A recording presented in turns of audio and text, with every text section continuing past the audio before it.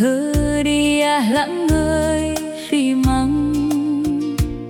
Gió ngàn thổi qua đồi xa vắng, chim rừng gọi bạn giữa mùa sang. Ai ông khắp đời, ai ông khắp đời, lấy em bên gai rít bờ tàu. Khói bếp chiều bay trên mái lá, tiếng cồng chiêng vọng khắp làng cao. Ai ông khắp đời, ai ông khắp đời, ơi buồn làng yêu dấu của tôi. Núi còn xanh, suối còn chảy mãi, tình người trai sáng tựa mặt trời.